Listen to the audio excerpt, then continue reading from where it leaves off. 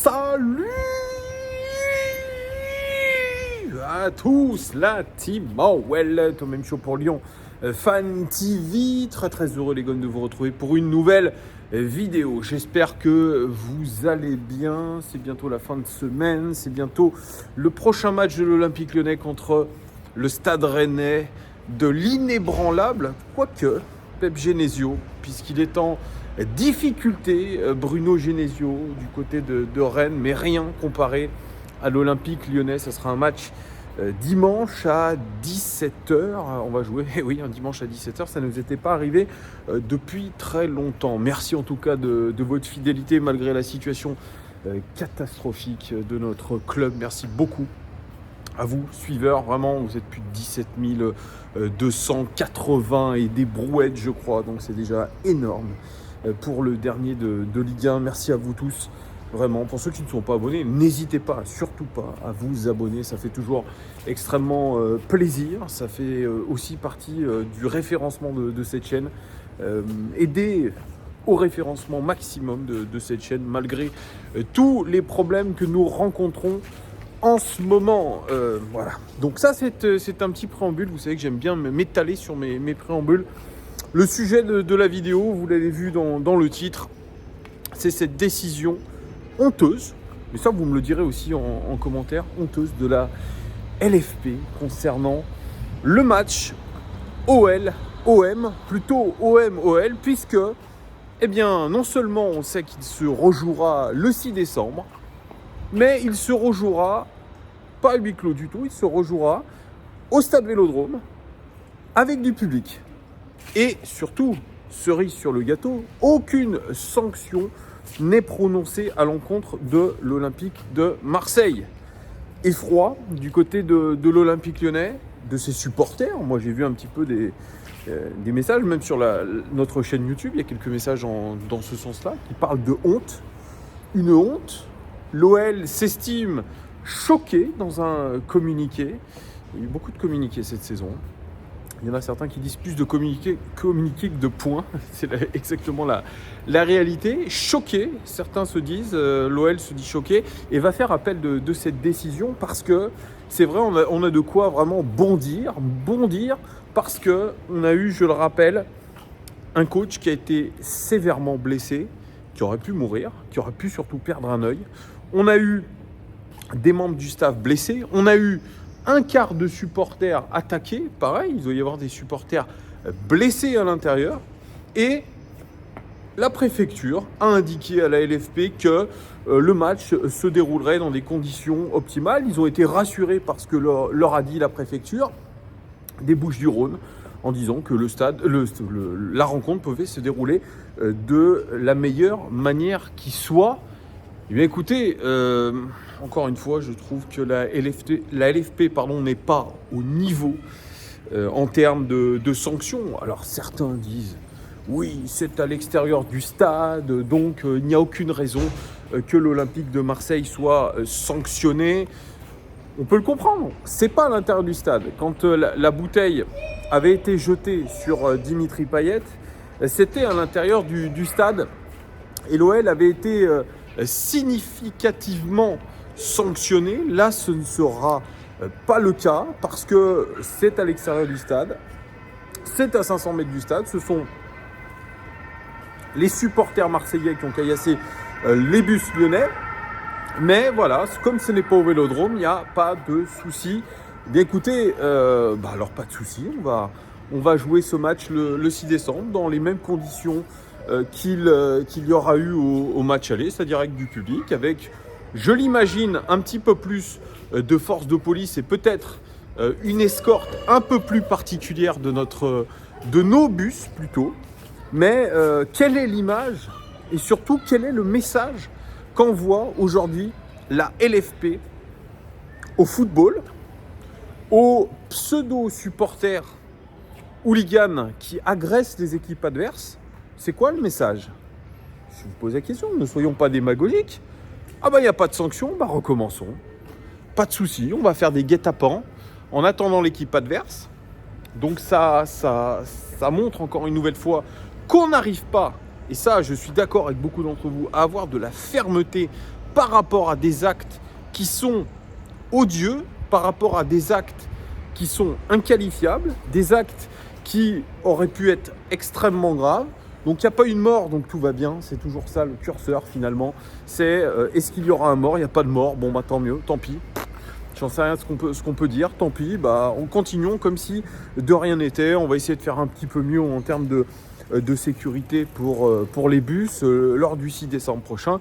Et puis voilà, on s'était peut-être dit le match allait avoir lieu à huis clos, ou peut-être même délocalisé. Bah, pas du tout. Bah écoutez, allons-y. Alors je ne sais pas si les supporters lyonnais seront autorisés à se déplacer. Je pense que oui, parce que ce sera dans les mêmes conditions, mais il pourrait y avoir une excitation supplémentaire. Et moi, je pense qu'on ouvre un petit peu la boîte de Pandore, comme certains le disent, pour le match retour. Il va y avoir probablement des affrontements entre les différents supporters. Il va y avoir une envie de revanche. Il va y avoir des choses comme ça. Et voilà, moi je trouve que c'est quand même absolument déplorable de voir des choses comme ça, que la LFP je pense, ne pense pas à calmer les esprits, à se dire si on ne sanctionne pas, ça va se reproduire. Et finalement en se cachant derrière la préfecture, en disant bon écoutez, c'est pas dans l'enceinte du stade, écoutez, la préfecture nous a rassurés, et donc tout va bien se passer, etc. etc. etc. Écoutez, très bien, pas de souci. Pas de souci. Moi, je pense que déjà que nos joueurs sont touchés psychologiquement par cette saison cataclysmique, eh bien, j'imagine que aller rejouer ce match dans les mêmes conditions, je pense que ça touche non seulement le coach, mais ça va toucher aussi les joueurs. Donc, écoutez, c'est quand même déplorable. Je crois qu'il y a un seul de nos joueurs qui a parlé sur X. C'est Dejan Lovren qui a parlé de honte en disant bah voilà, on ne prend pas les choses en main, on laisse faire. Continuons, mais c'est exactement ça. Ce laxisme autour de toute cette violence, autour des stades, dans le stade, parce qu'il y a aussi effectivement des agissements de certains de nos supporters qui est inqualifiable aussi dans les stades. Ça, on le redira jamais assez. Ça, je ne sais pas si on va être sanctionné, probablement que oui, c'est en instruction. Mais effectivement, aujourd'hui, on se rend compte qu'en Europe, il y a énormément de tensions, de violences, affrontements réguliers. On l'a encore vu aux alentours des matchs de Coupe d'Europe cette semaine, de Ligue des Champions, avec des affrontements entre notamment les supporters de Milan et les supporters de Paris. Il y a une volonté d'en découdre. Il y a une volonté exacerbée de tous ces groupes de supporters ou de pseudo-supporters à se bastonner.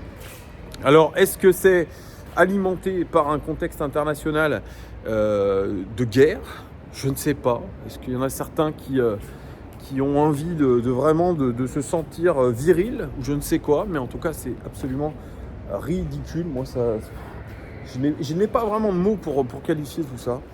Enfin bon, c'est bien une triste saison que nous vivons et l'Olympique Lyonnais devra aller affronter dans les conditions de match. Parce que l'Olympique de Marseille, ça sera le 6 décembre prochain au cœur d'un calendrier, vous le savez, qui est démentiel pour l'Olympique Lyonnais. Et malheureusement, il va falloir aller chercher des points. Comment va-t-on aller les chercher? Ça, je pose la question, j'en sais toujours rien. Et c'était aussi le sujet de ma précédente vidéo, où vraiment notre vie de supporter et d'analyste sur cette chaîne est un petit peu compliquée, parce que on voit notre club descendre de plus en plus bas. Là, Foot Mercato nous annonçait que Adidas allait probablement renégocier le contrat qu'il a avec l'Olympique Lyonnais à la baisse. Un contrat qui s'achève en 2025, mais il se pourrait qu'avec la descente en Ligue 2, le contrat soit drastiquement réduit, voire même coupé, voire même annulé. Je ne sais pas comment on dit ça, rompu. Voilà, le contrat avec Adidas pourrait être rompu puisqu'il ne serait partenaire d'aucun club de Ligue 2. Donc nous pourrions nous retrouver sans un partenaire qui nous suit depuis de très nombreuses années, qui nous donnait quand même une manne financière, je crois, sur l'ensemble du contrat qui était aux environs des 100 millions d'euros, ce qui n'est pas rien. Ils se sont, je pense, beaucoup investis dans le club, notamment ces dernières saisons. Vous avez vu qu'ils nous ont pondu quand même des maillots qui étaient quand même plutôt beaux, des maillots rétro.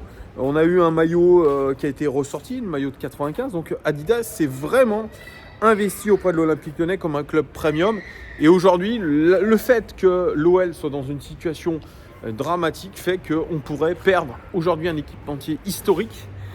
Et ça peut vraiment nous faire du mal.